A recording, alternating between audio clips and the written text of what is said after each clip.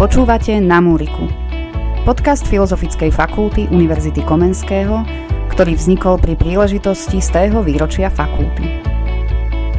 Múrik pred budovou na Gondovej ulici je už celé 10 ročia miestom, kde sa dozvieš, čím Filda práve žije, čo riešia učitelia aj študenti.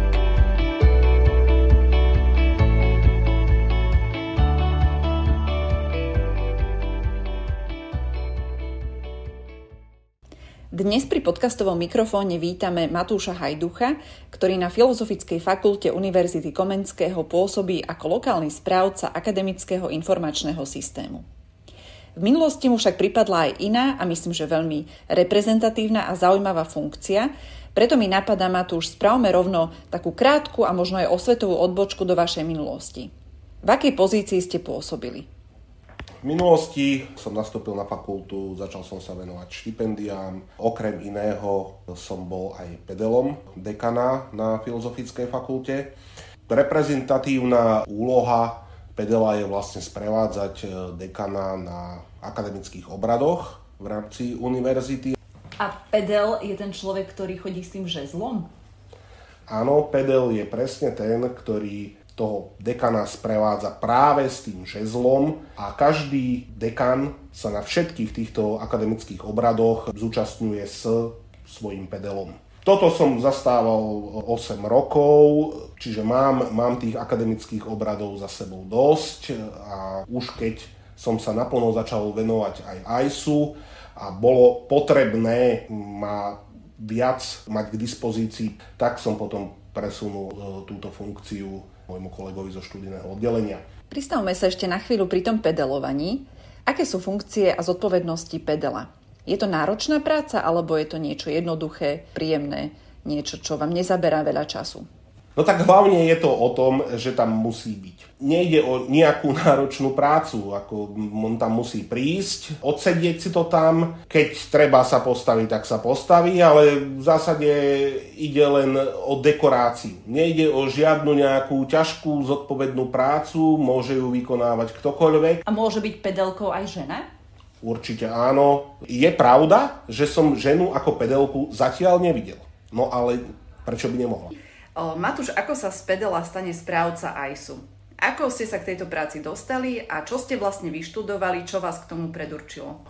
Ja som v rámci ešte strednej školy mal strašne veľa matematiky, bavilo ma programovanie, chodil som aj na matfiz, ktorý som síce nedokončil, ale ako počítače s tým som vyrastal od mala a keď odišiel kolega, tak sa uvoľnilo miesto lokálneho správcu a tým, že som mal vzťah k týmto počítačom, tak ma to ťahalo bližšie k tomuto ako k bežným papierom a klasickej úradníckej robote, kde teda sa dalo aj využiť to, čo som nejakým spôsobom nadobudol, nejaké vedomosti, zručnosti s počítačmi. Už od toho roku 2008, keď som nastúpil na fakultu, tak som poznal činnosti či už študijného oddelenia, či už prácu štipendií, zhruba ako prebieha ten akademický rok a vlastne toto všetko bolo možné zužitkovať.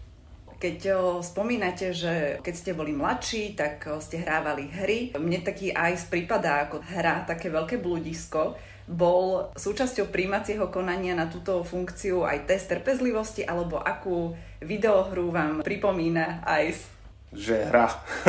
Kto je trošku kamarát s počítačmi a vie, ako fungujú, vie, že na začiatku sú nejaké informácie a teda databáza.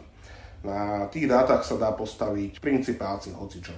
Aj Sheldon mal svojho bojového pštrosa, ktorého mu ukradli a bol to, fyzik, ktorý proste nikto ho nechápal. Asi výsledkom by nemalo byť to, že hľadáme po predmety po jaskyniach v úlohe trola a s koženým brnením, ale s takými vecami ako QR kód na PDF dokumentoch, ako výstup z AISu, s tým sa vyhrať celkom dá a toto je vec, ktorá ma celkom baví. Keby sme ešte zostali pri tej odbočke, aký žáner videohry je AIS podľa vás? Je to dobrodružná hra? Je to nejaký survival? Je to to, čo nutne človek musí urobiť, čo musí zniesť fakulta, musí to zniesť študent, musí to zniesť vyučujúci. Je to, nenazvem to nutné zlo, ale niečo, čo nakoniec aj tak všetkým len pomôže. Inak by sme asi všetci používali papiere doteraz a takto sa môžeme tomu vyhnúť, môžeme si to urobiť o 10. večer doma a nemusíme stáť na chodbe, nemusíme čakať na úradné hodiny a tak ďalej. Počula som o tom, že AIS nevznikol u nás na Univerzite Komenského, že AIS má dlhšiu históriu, ktorá sa spája s iným pracoviskom. Môžete nám povedať viac o tom, čo teda AIS je a ako a kde vznikol? AIS ako projekt vznikol niekedy pred rokom 2000 v rámci Univerzity Jozefa Pavla Šafárika v Košiciach. Neskôr sa k tomuto projektu pridávali ostatné vysoké školy, tuším druhá bola Univerzita Mateja Bela v Banskej Bystrici. A bol to systém, ktorý slúžil na to, aby sa už nerobilo všetko práve na papieroch. Informácie, ktoré o študentoch musíme evidovať, tak aby sa nerobili na papieroch a aby sa evidovali v nejakom informačnom systéme a samozrejme, aby sa k tomu ľahší bol prístup a zjednodušilo sa aj administrácia toho štúdia. Toto všetko prebiehalo od roku 1998 až po rok 2007, keď z tohto systému vznikol AIS 2. Najskôr to bol AIS 1, potom v rámci projektu Ministerstva školstva a v rámci prípravy na vôbec centrálnu evidenciu, dovtedy žiadna neexistovala, tak aby sa urobil nejaký centrálny register, tak v rámci prípravy a už po tých skúsenostiach, ktoré vlastne tie vysoké školy s tým evidovaním mali, tak sa to celé prerobilo. Vznikol z toho AIS 2 a v roku 2009 potom k tomu pristúpila aj Univerzita Komenského, čo samozrejme bolo aj pre ostatné vysoké školy veľký krok. A vtedy aj vývojári z Univerzity Pavla Jozefa Šafárika zistili, či to na univerzitu typu Univerzity Komenského, či je to postačujúce. Predsa len máme aj fakulty, ktoré naozaj v rámci Slovenska ďalšie neexistujú a teda majú špecifiká, ktoré vývojári s nimi nerátali. Dobre, poďme sa teraz pozrieť na to, ako vyzerá typický deň správcu akademického systému. Typický deň správcu neexistuje. Každý deň sa robí niečo iné. Dnes sa zaoberáme tým, že príde akreditačná komisia k nám. Zajtra sa budeme zaoberať tým, že treba nejaké dokumenty na web zverejniť. Tak ja sa zaoberám najmä problémami, ktoré majú tí používatelia. Tak povedzte nám, aká situácia vás naposledy poriadne potrápila, o čo šlo? Bežec nefunguje. Ide v princípe o dva druhy problémov. Buď je to chyba priamo na strane dodávateľa systému, ktorú neodhalil testovaním, čo sa potom rieši nejakým hotfixom, alebo ide o obsahovú chybu, ktorú sme spravili my ako fakulta, respektíve univerzita. V tomto kontexte je dôležité povedať, že mnohé kompetencie majú organizačné jednotky, to znamená, za fakultu to väčšinou robím ja, za katedry to robia študijní poradcovia. Čiže keď má študent problém, tak je potrebné odhaliť, o ktorý z týchto dvoch problémov ide. Či je to naozaj systémový problém, alebo sme tú chybu spravili my. V 90% alebo v drvivej väčšine týchto chýb sme na vine my. Mnohé študentky a študentov chytá pri predstave práce v AISe úzkosť. Na Facebooku dokonca existuje aj stránka Nenávidím akademický informačný systém AIS 2. Prečo podľa vás tento systém vyvoláva takéto reakcie a ako dlho trvalo vám, kým ste pochopili, ako vlastne funguje? Na toto sa môžeme pozrieť z dvoch pohľadov. Buď niečo chcem, aby fungovalo, alebo nechcem a rovno sa hodím o zem a budem sa tváriť, že proste všetko je zlé a jasné, môžem si založiť aj Facebookovú skupinu, stránku a robiť nejakú antikampaň. Áno, boli aj problémy, ktoré sa samozrejme snažíme riešiť. Povedať, že nenávidím AIS 2 len preto, lebo je to AIS, no tak kde by som iné tie činnosti robil? Tak by sme mali iný AIS. Univerzita Komenského mala plán, aj bolo dokonca vypísané verejné obstarávanie na nový informačný systém. Akurát zistilo sa, že je to strašne veľa práce. Strašne veľa peňazí by to stálo. No a výsledok by bol otázny.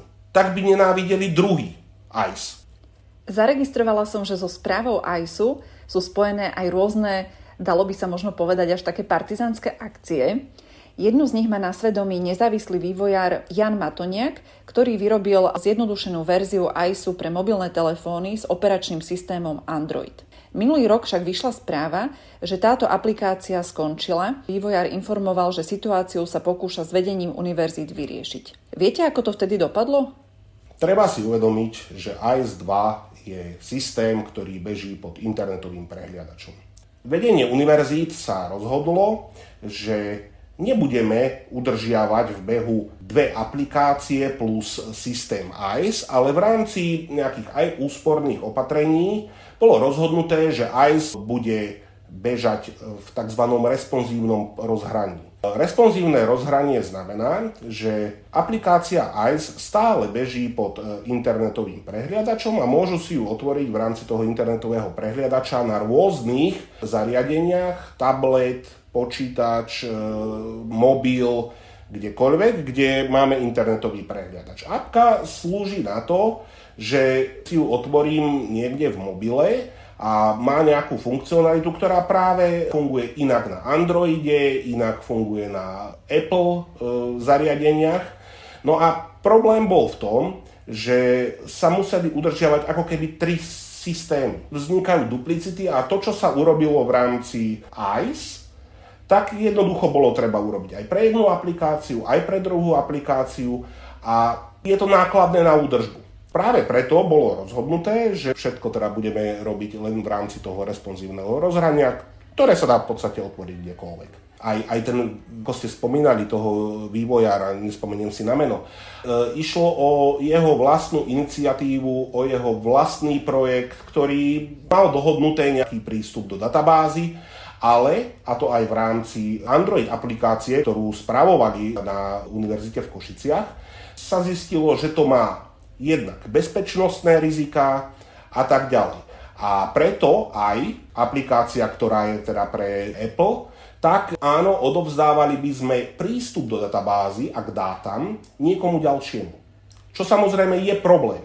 Dobre, tak si shrňme, aké sú hlavné problémy podľa vás pri práci v ICE z používateľského hľadiska a čo sa vám na ňom najviac páči, alebo čo sa vám naopak práve nepáči? Dnes má oproti minulému obdobiu a o tom, ako vyzeral ICE, v zásade užívateľ komfortné postavenie. ICE ako taký má viac rozhraní. Nejaké má používateľ typu študent, nejaké má používateľ typu vyučujúci a okrem toho je ešte také, ktoré máme všetci ostatní.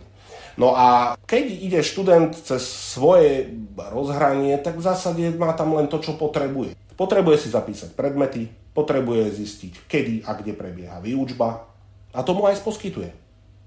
A keby náhodou, aj tak som sa snažila zapísať si predmety, ja som to teda nedávno absolvovala a zažila na vlastnej koži a musím sa priznať, že skutočne som sa s tým vytrápila. Čo vlastne mám robiť, keď už som v koncoch?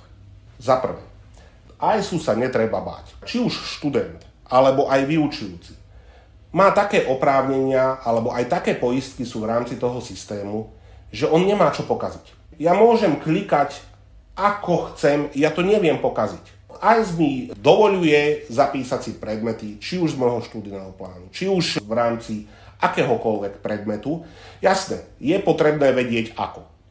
K tomu sme oproti minulým rokom spravili aj videonávody. Jasné, keď je študent lenivý si to prečítať, tak áno, aj ja, keď si otvorím akýkoľvek systém, ktorý som v živote predtým nevidel, tak jasné, som vyľakaný, neviem, čo mám robiť. Okrem toho máme hotline. Študent si môže ešte aj v sobotu zavolať. Volá sa to CEPIT, Centrum pre podporu informačných technológií, kde aj študenti, ktorí už sú, povedzme, vo vyšších ročníkoch, majú skúsenosť aj sú, tak tomu študentovi poradia, ako to má robiť. Ale ide naozaj o to, že v tom systéme nie je chyba. Je to len o tom, neviem, kde mám kliknúť. V prípade, že naozaj máme tam nejakú obsahovú chybu, ten študent tedy áno, môže kontaktovať. Či už máme na fakulte študijných poradcov, či máme na fakulte študijné referentky, som na fakulte ja, je na koho sa obrátiť. Matúš, tak toto znie veľmi upokojujúco. Mohli by ste nás ale navigovať, kde presne tie návody nájdeme, v akej časti web stránky? Tak stránka moja.uniba.sk snáď úplne všetci poznajú. Tam sa pristupuje do ICE, do e-mailu, do iných systémov, či už ubytovanie, elektronická peňaženka, zmena hesla, prístupové údaje. Na dekréte o prijatí na vysokoškolské štúdium ho dostali, vedia si ho zmeniť prostredníctvom ICIQ. Prístupom do systémov by nemali vznikať problémy. Čo sa týka tých návodov, hneď pri každom odkaze na či už aj na stránke moja.univa.sk je hneď pod tým manuály a návody. Tam sú robené tematicky. Podľa toho, kto to potrebuje. Uchádzač na vysokoškolské štúdium potrebuje sa prihlásiť na internát, potrebuje si dať vystaviť ICIQ, potrebuje vložiť fotografiu, potrebuje zaplatiť nejaké poplatky. Tam je tých návodov snáď 50. Okrem toho, pri zápisoch pre prvákov som chodil ukázať, ako to reálne urobia, aby to videli naživo. Stávalo sa mi, že po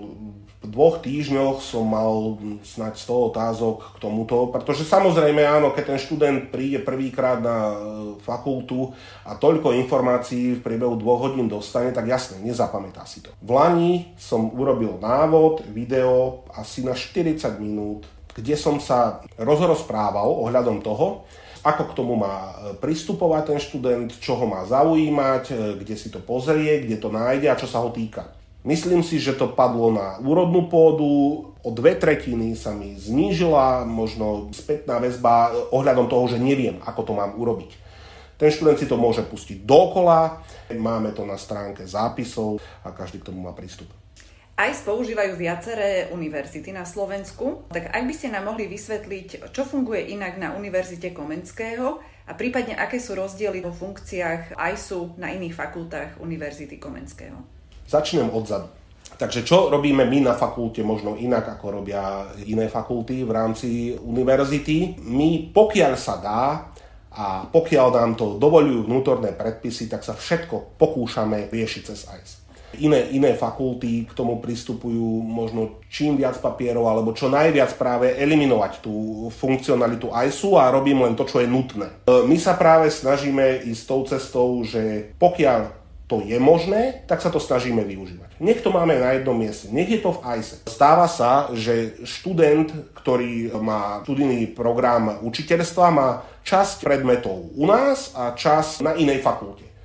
No a on je potom samozrejme zmetený, lebo u nás, povedzme, má prístup k rozvrhom a iná fakulta ho tam nedáva, ten rozvrh. Tak čo je lepšie? Mať to tam, alebo to tam nemať? K tomuto tiež rôzne fakulty pristupujú rôzne. Naša snaha je samozrejme využívať to v maximálnej miere. Veľa tých vysokých škôl robí ešte viac, možno ako Univerzita Komenského, robí veci v ICE a v tomto by bolo možno aj lepšie pristupovať k tomu, že čím viac vecí do ICE. To je môj pohľad. Veď prečo by sme mali mať 3 systémy na správu v podstate to, čo ten študent potrebuje. On potrebuje ísť do systému pre ubytovanie, tam sa možno vytrápiť, hej, iné používateľské rozhranie. Veď keď si zvykne na ten ICE, no tak proste, prečo by som to nemal urobiť všetko tam? A v čom je dnešné používanie ICE iné oproti napríklad obdobiu spred 5 rokov, keď sme tu mali pandémiu? Vôbec nejaký rozdiel existuje? Určite áno. Aj minulé roky strašne veľa vecí sa robilo na papier. Dneska príde študent, podpíše jeden papier, že tu asi bol a v zásade my od neho nič viac nechceme. A pokiaľ on nepotrebuje niečo, či už zo študijného oddelenia a tak ďalej, tak on v zásade za celý rok už nemusí prísť na to študijné oddelenie. On dostane vtedy validačnú známku a to je to, prečo vôbec musí on prísť na ten študentský preukaz, lebo áno, to nejakým spôsobom online vyriešiť nevieme, nalepenie tej samotnej ceniny, ale inak všetko ostatné si on urobí sám. Nepotrebujeme podpísať od neho v zásade nič, urobí si elektronický zápis, povie dokonca nám v rámci toho elektronického zápisu aj akú by chcel validáciu toho preukazu, či prostredníctvom IC spoločnosti, alebo teda len na využívanie funkcionality preukazu v rámci teda Univerzity Komenského. V tomto sa nelíši ani dopravná časť. Ten študent v podstate má úplný komfort. Každý si pamätá, že podával prihlášku na vysokoškolské štúdium. Predtým to bolo treba posielať papierom. Len preto, aby existoval nejaký záznam a tak ďalej, potrebovali sme podpis študenta. Dnes zrazu sa zistilo, že to nie je až také potrebné. Tá pandémia nás donútila robiť veci tak, aby ten študent ani sem ísť nemusel. Ja som sa dozvedela, že jednotlivé vysoké školy, ktoré používajú AIS 2, majú možnosť ovplyvňovať aj jeho ďalšie smerovanie. Chystajú sa vôbec v AISe nejaké zmeny? Určite áno, ten vývoj ide stále dopredu, vždy bude čo zlepšovať. Riadiaca a implementačná rada slúži na to, riadiaca treba si predstaviť pod tým ako konzorcium práve tých vysokých škôl, rektorov, prorektorov, ktorí, áno, je to aj o peniazoch a samozrejme rozhodujú a dohadujú sa na tom, čo sa bude zhruba robiť. Implementačná rada slúži na to, že sa dohodnú, ako to ideme robiť. Okrem toho ešte býva pravidelné stretnutie správcov z univerzity, alebo aj teda v rámci univerzity máme nejaké kolégium, kde sa dohadujeme, čo ideme vlastne robiť. V rámci vývoja sa plánuje napríklad platobná brána. No tam samozrejme veľakrát narážame presne na to, čo nám ministerstvo dovolí. Keď niekto má súkromný e-shop alebo niečo, tak si platobnú bránu zabezpečí z komerčnej banky. Nám toto samozrejme ako verejnej inštitúcii umožnené nie je. My potrebujeme platobnú bránu štátnej pokladnice, čo je samozrejme problém. Tak na záver mi napadá ešte jedna otázka. Bola nejaká situácia alebo existuje nejaká otázka, ktorá správcu AISu najviac pobavila, prípadne rozosmiela alebo rozkliala? Tak prichádzajú v rámci práce samozrejme viaceré podnety, niektoré sú zábavnejšie, niektoré samozrejme ma vedia vytočiť. Ale asi najhoršie, čo sa môže stať, je, keď mne niekto príde, či už do kancelárie, alebo mi to pošle aj do mailu, že nejde AIS. Nejde jemu AIS a celý AIS je na ňo zlý. Pretože 3000 používateľov to ide, ale AIS je voči nemu zaujatý. A toto ma asi vie najviac vytočiť, pretože stane sa to, že 3000 používateľom naozaj AIS ide a jednému nie. No. A keď s týmto príde, no čo mám na to odpovedať? Ako naozaj, buď ten človek nevie klikať, alebo ani neviem. Niekedy naozaj ako človek ostane v nemom úžase, či je to zábavné, či je to smutné, no ťažko povedať. Tak ďakujem veľmi pekne. Toto bolo poučné a pútavé a veselé rozprávanie o systéme, ktorý mnohým z nás spôsobuje vrásky na čele a nočné mory. Myslím si, že po tom, čo si vypočujeme vaše videonávody, po tom, čo dáme AISu možno aj druhú šancu, sa nám s ním bude ľahšie žiť. Veľmi pekne ďakujem za rozhovor a budem sa na vás tešiť na budúce.